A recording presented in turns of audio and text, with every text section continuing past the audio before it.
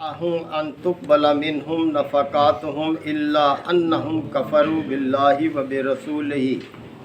وَلَا يَأْتُونَ الصَّلَاةَ إِلَّا وَهُمْ كُسَالَىٰ وَلَا يُنْفِقُونَ إِلَّا وَهُمْ كَارِهُونَ فَلَا تُعْجِبْكَ أَمْوَالُهُمْ وَلَا أَوْلَادُهُمْ إِنَّمَا يُرِيدُ اللَّهُ لِيُعَذِّبَهُم بِهَا فِي الْحَيَاةِ الدُّنْيَا وَتَضْحَكَ أَنفُسُهُمْ وَهُمْ كَافِرُونَ وَيَحْلِفُونَ بِاللَّهِ إِنَّهُمْ لَمِنكُمْ وَمَا هُمْ مِنكُمْ وَلَكِنَّهُمْ قَوْمٌ يَفْرَقُونَ لَوْ يَجِدُونَ مَلْجَأً أَوْ مَغَارَاتٍ أَوْ مُدَّخَلًا لَوَلَّوْا إِلَيْهِ وَهُمْ يَجْمَحُونَ وَمِنْهُمْ مَنْ يَلْمِزُكَ فِي الصَّدَقَاتِ فَإِنْ أُوتُوا مِنْهَا رَضُوا وَإِنْ لَمْ يُؤْتَوْا مِنْهَا إِذَا هُمْ يَسْخَطُونَ وَلَوْ أَنَّهُمْ رَضُوا مَا آتَاهُمُ اللَّهُ وَرَسُولُهُ وَقَالُوا حَسْبُنَا اللَّهُ سَيُؤْتِينَا اللَّهُ مِنْ فَضْلِهِ وَرَسُولُهُ إِنَّا إِلَى اللَّهِ راغبون۔ صدق اللہ مولانا العظیم۔ سورۃ توبہ کی یہ 7ویں رکوع کی اختتامی آیات ہیں۔ منافقین کے کردار کے حوالے سے بات کی جا رہی ہے کہ کچھ مفاد پرست لوگ ایسے بھی تھے یہ مدنی دور میں کہ جو محض اپنے مفاد کو پیش نظر رکھتے تھے اور اللہ کے راستے میں جان مال کی قربانی سے اپنے آپ کو پیچھے رکھنے کی کوشش کرتے تھے،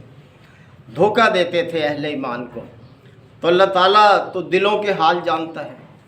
اسے تو کسی کی کوئی کیفیت چھپی ہوئی نہیں ہے۔ تو انہی کے کردار کے حوالے سے بات کی جا رہی ہے کہ وما منعہم ان تقبل منہم نفقاتہم، کہ ان کے دیے ہوئے مال جو ہیں اللہ کو قبول نہ ہونے کی وجہ صرف یہ ہے الا انہم کفروا باللہ وبرسولہ، کہ انہوں نے اللہ اور اس کے رسول کے ساتھ کفر کا راستہ اختیار کیا ہے، یعنی دل سے ایمان کے راستے کو انہوں نے اختیار نہیں کیا بلکہ دھوکہ دینے کے لیے یہ ایمان کا اقرار کرتے ہیں۔ تو اس لیے اللہ کو ان کے یہ جو بادل ناخواستہ کچھ دے دیتے ہیں۔ نبی کریم صلی اللہ علیہ وسلم ہر موقع پر جب بھی جنگ کے لیے کوئی ضرورت پڑتی اہل ایمان سے اپیل کرتے تھے کہ وہ اس راستے میں دیں، تو یہ منافقین اپنا بھرم قائم رکھنے کے لیے کچھ تھوڑا سا دے دیتے تھے۔ تو اللہ تعالیٰ نے فرمایا کہ یہ قبول نہیں ہے اللہ تعالیٰ کو ان کا دیا ہوا، اور ان کے نہ قبول ہونے کی وجہ صرف یہ ہے کہ یہ اللہ اور اس کے رسول پر دل سے ایمان نہیں رکھتے۔ وَلَا يَأْتُونَ الصَّلَاةَ إِلَّا وَهُمْ كُسَالَىٰ، اور نماز کے لیے بھی آتے ہیں تو بڑے کسمساتے ہوئے،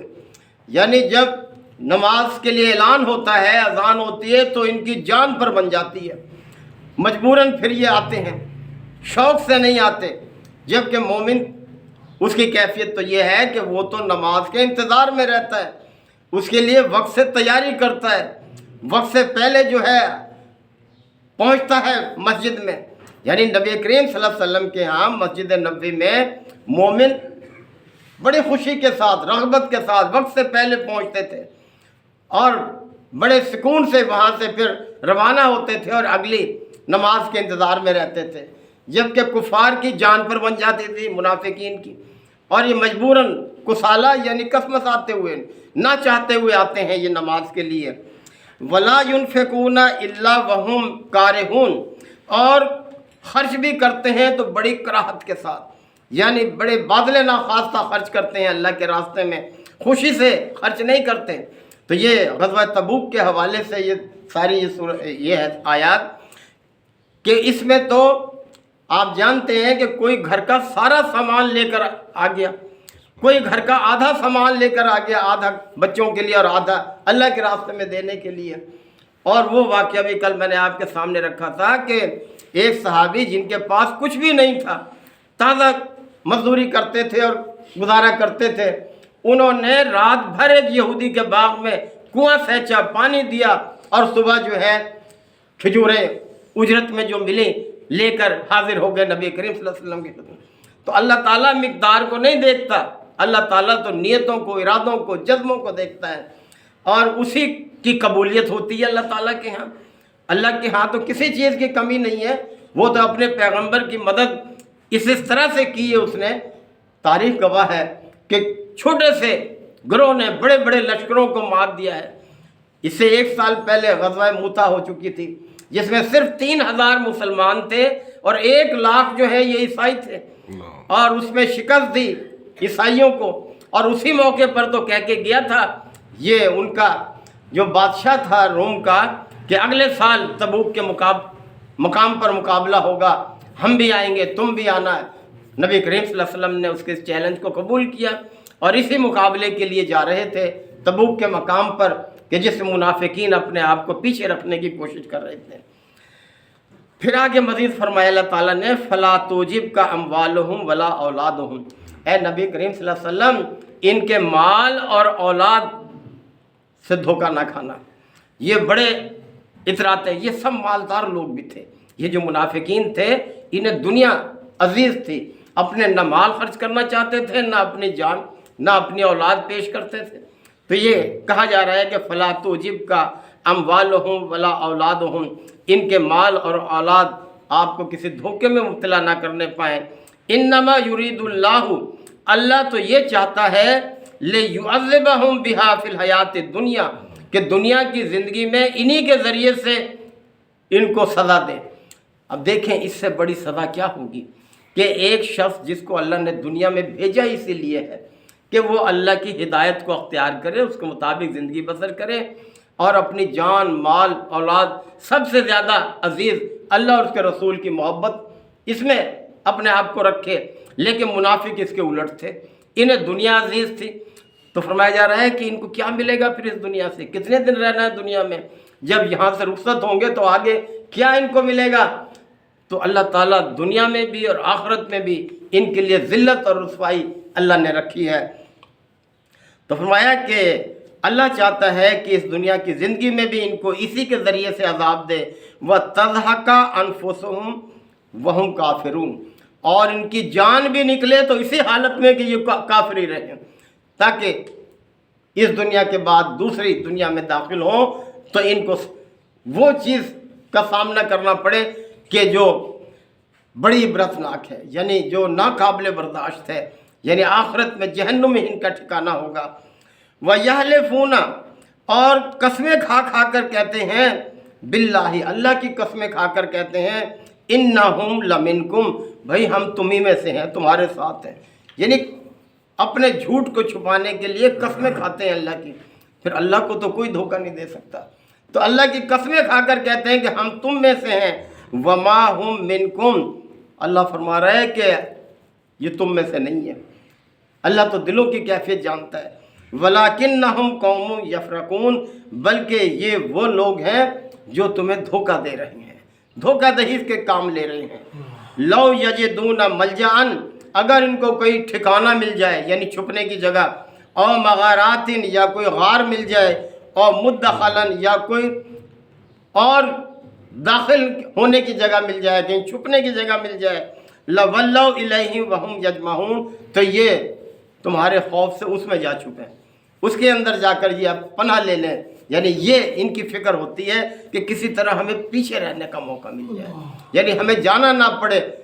یہ جنگیں تو روز کا معمول بن چکی تھی، یعنی مدنی دور میں نبی کریم صلی اللہ علیہ وسلم کا سارا دور غزوات کا دور ہے یہ، تو یہ اپنے آپ کو پیچھے رکھنے کی کوشش کرتے تھے۔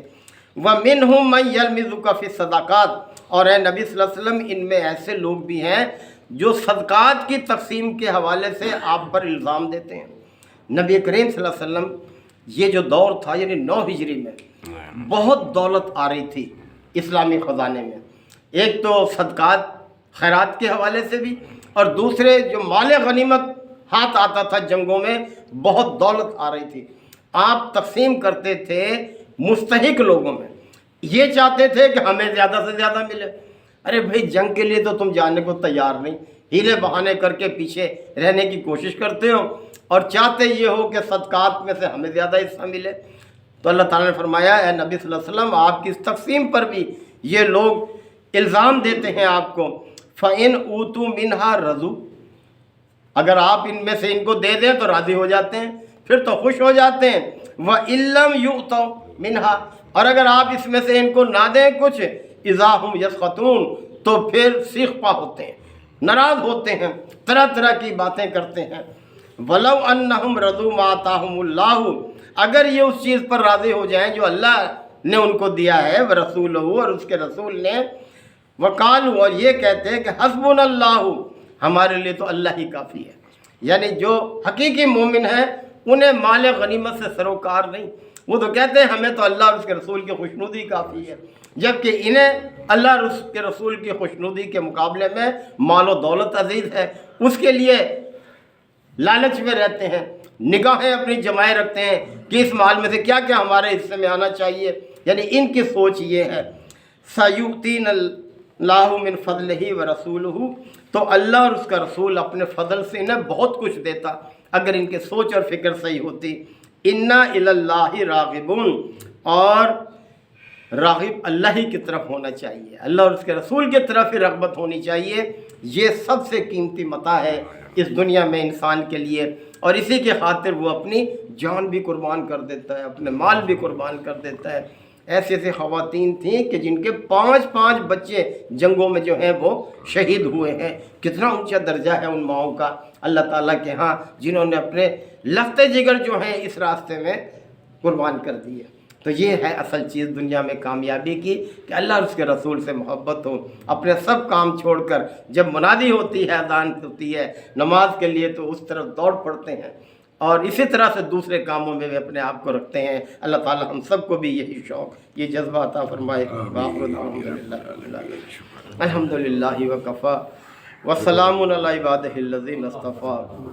ربنا آتنا فی الدنیا حسنۃ وفی الآخرۃ حسنۃ وقنا عذاب النار وادخلنا الجنۃ مع الابرار یا عزیز یا غفار یا رب العالمین۔ ربنا لا تؤاخذنا ان نسینا او اخطانا، ربنا ولا تحمل علینا اصرا کما حملتہ علی الذین من قبلنا،